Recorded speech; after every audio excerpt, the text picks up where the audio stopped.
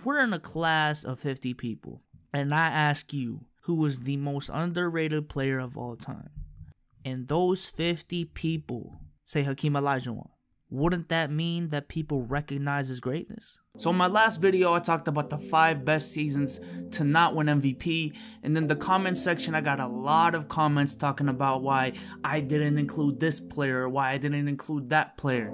So in this video, I will talk about 5 more players that had tremendous seasons, but did not win MVP. And just a disclaimer, this is not a video talking about why this player was robbed of MVP. It's simply highlighting seasons that were amazing but didn't win MVP. So for example, I wholeheartedly believe that Nash should have won in 2006 as he did. I'm just saying Kobe's was also one of the greatest seasons we've ever seen. And speaking of 2006, let's hop into it. LeBron James, 2006. While Kobe had a season for the ages, fun fact, he wasn't even top 3 in MVP voting. Steve Nash won it, Dirk finished 3rd, and LeBron James in his 3rd year in the league finished 2nd in MVP voting. This year, LeBron would average 31.4 points, 6.5 assists, 7 rebounds, a steal and a half, and nearly a block on 48% shooting from the field. And if you put these numbers and you compare them to Kobe, they are actually very comparable. Some would even say favor LeBron, although that's another discussion for another day. And while Kobe was carrying Smush Parker and Kwame Brown, LeBron at the same time was carrying a 30-year-old Zydrunas Ilgauskas and Drew Gooden to 50 wins, with their second best player Larry Hughes missing 46 games that season. Was it a weaker conference? Sure, but for a guy to be doing this in his 3rd year in the league, regardless, is insane. If he won this year, he would have been the youngest MVP in history. Kobe Bryant, 2009. Speaking of Kobe Bryant, he could have easily been back-to-back MVPs in 2009 if it weren't for LeBron James carrying this poor squad to nearly 70 wins. You know, something light. But I think this is one of the most forgotten Kobe seasons. Now everyone remembers the finals run and that's fine, but I think his regular season performances have gone under the radar, especially this year. And to be honest, I'm looking at Kobe's career and he's had a lot of godly years that simply don't get enough recognition because someone else was just one-upping him that year. Hence 2008 being his only MVP. But in 2009, Kobe would put up 27 points, 5 rebounds, 5 assists, and have his second most efficient year on 47% shooting from the field, 35% from 3, and 86% from the line. Now I cannot emphasize this enough, but considering the spacing of the time, that's really good efficiency. And if you compare his numbers to LeBron, who has been pretty much the benchmark of efficiency, I would argue that he was actually more efficient than him this year. Not to mention another all-defensive first-team selection, and the highlight of the season in how he led the team to an astounding 65 games in the conference, where the 8th seed was a 48-win team and the 9th seed was a 46-win team. In comparison, the 8th seed in the East only won 39 games. DWade, 2009. Probably the most requested player from the last video, DWade in 2009. To put it simply, if you are one of those players that believe LeBron should have won it over Harden last year because he put up better numbers and was more valuable to his team, then you should have no problem with people saying that DWade should have won it over LeBron James. Because in 2009, DWade put up more points, more assists, more steals, more blocks on better shooting from the field on a team that was so injury-riddled that a majority of the season his second best player was Udonis Haslem and his 11 points and 8 rebounds, as Sean Marion missed half of the season and Jermaine O'Neal and Jamario Moon missed 55 games each. If we're talking about who's more valuable to his team and who put up better numbers, DWade had a legitimate case. I would still give it to LeBron because of how minute the differences are and the fact that, you know, he led them to 66 wins. But regardless, DWade was on some nut shit in 2009. Chris Paul, 2008. Probably the second most "where is blank" comment from the last video was Chris Paul in 2008. Now looking into it, the whole narrative of Chris Paul having less help than Kobe is actually false. And I do believe Kobe deserved this MVP, but that doesn't take away from the amazing season that CP3 had this season. In his third year in the league at the age of 22, CP3 would put up 21 points on 49% shooting from the field, 37% from 3, and 85% from the line.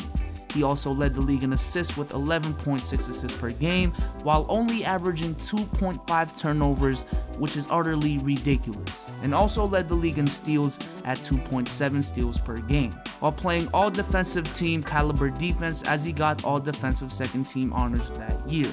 And to cap it all off, he would lead the Hornets to an astounding 56 wins, only one game less than what Kobe led the Lakers to that same year. Now again, let's put everything into perspective. The 8th seed that year was a 50-win Nuggets team featuring Allen Iverson, Carmelo Anthony, and last year's Defensive Player of the Year in Marcus Camby. The 9th seed was a 48-win Warriors squad.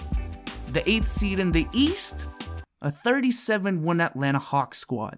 Shouts to Chris Paul, one of the most confusing players to rank, but undoubtedly one of the best players to ever play this position.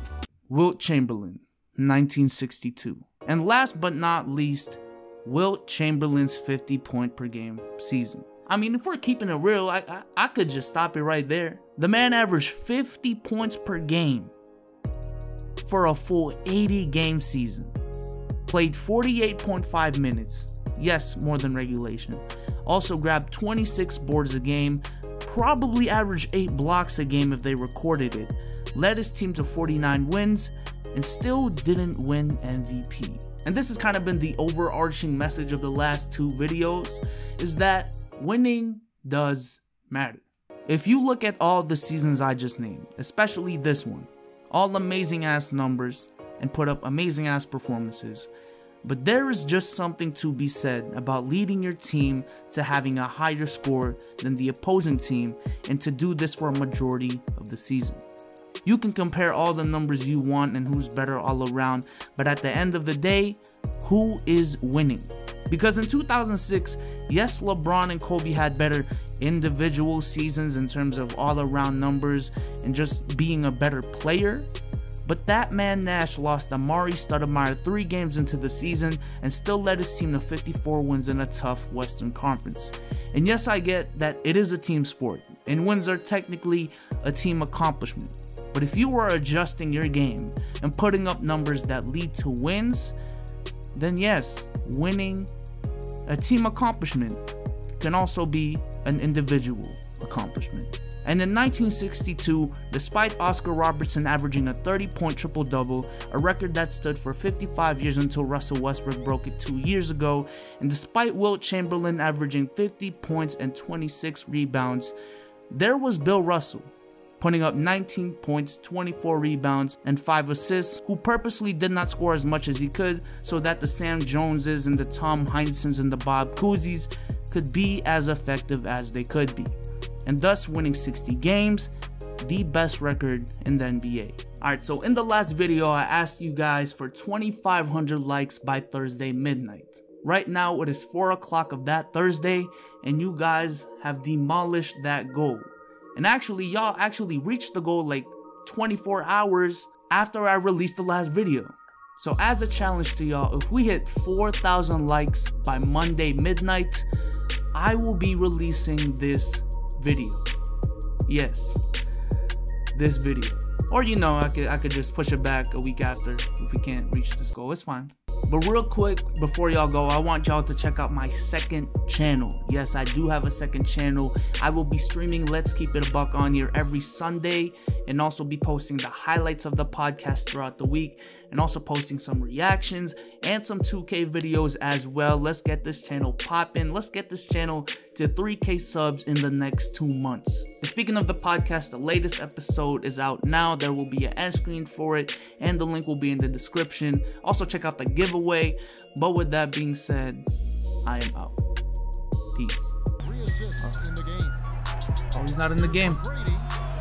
Oh, we'll take advantage. We'll take advantage of the pause cheese. Come on, T-Mac. Come on, T-Mac. It's a 5-point game. It's a 5-point game. Torian Prince. Jesus Christ. Oh. Oh, that's ours. That's ours. That's ours. T-Mac. T-Mac all the way. T-Mac all the way. It's a 3-point game. clutch move right there. It could change the outcome of the